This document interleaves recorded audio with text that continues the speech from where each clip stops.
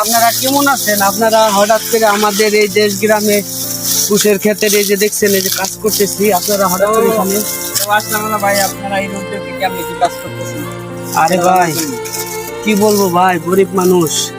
এই যে একটু কুশের লাগাইছি, এই যে আমাদের গাছপালা আছে, কারণ কি করব বলেন, দেখেন এই চকের ভিতরে কেউ আর নাই, আমি একাই কাজ করতেছি।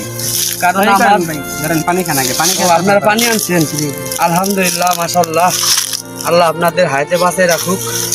তো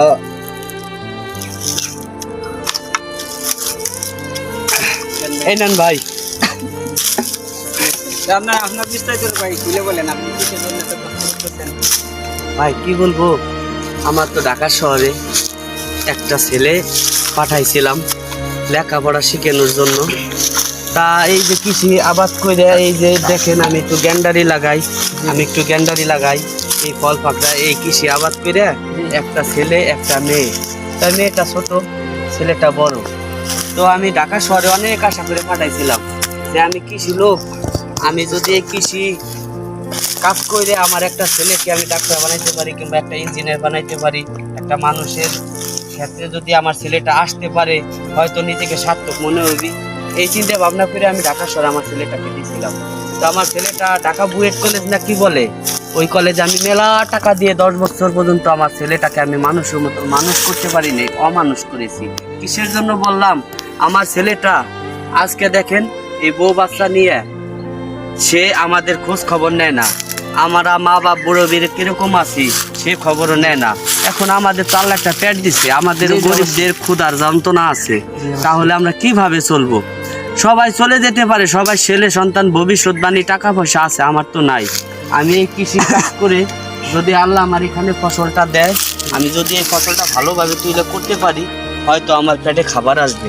আর আমি যদি এখন এই রোদকে রোদ মনে কইরা আমি যদি বাড়িতে যাইয়া শুয়ে থাকি, আমারে কেউ খাইতে দিবে না। হ্যাঁ, এটা অবশ্যই। আজকে টাকা না থাকলে বাপ যেরকম ছেলের জন্য না, পয়সা না থাকলে ছেলের যেরকম ঠিক বাপের জন্য না। তো আমার জীবনটা ঠিক ওরকম হয়ে গেছে, এই জন্য আমি কাজ করতেছি। তা আপনারা আসছেন, ইনশাল্লাহ আমি অনেক খুশি হয়েছি। তো আপনারা এরকম যদি আইসা আমাদের মতো নিরহ মানুষের কিছু কিছু বিস্তারিত যদি আপনারা তুলে ধরতেন দেশে, হয়তো জনস্বার্থের জন্য আমাদের এইগুলা অনেকটা মানুষ সচেতন হইতো। আর সবাইকে আমি রিকোয়েস্ট করব, প্রিয় ভাইয়েরা, আপনারা যারাই আজকে মিডিয়া আমাকে এখানে যেহেতু আমার কিছু বক্তব্য নিতেছে, তো আপনাদের কাছে আমি এইটাই কামনা করব যে কোনো ছেলে সন্তান কোনো বাপ মাকে কষ্ট দিয়ে এইভাবে ঢাকা শহরে যাইয়া বুড়ো বাপ মা, বৃদ্ধ বাপ মাকে কেউ অবহেলা করবেন না।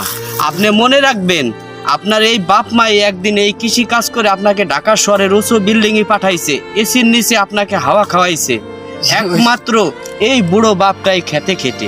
সেই বাপ মাকে কষ্ট দিলে আপনার জান্নাত হারাম হয়ে যাবে।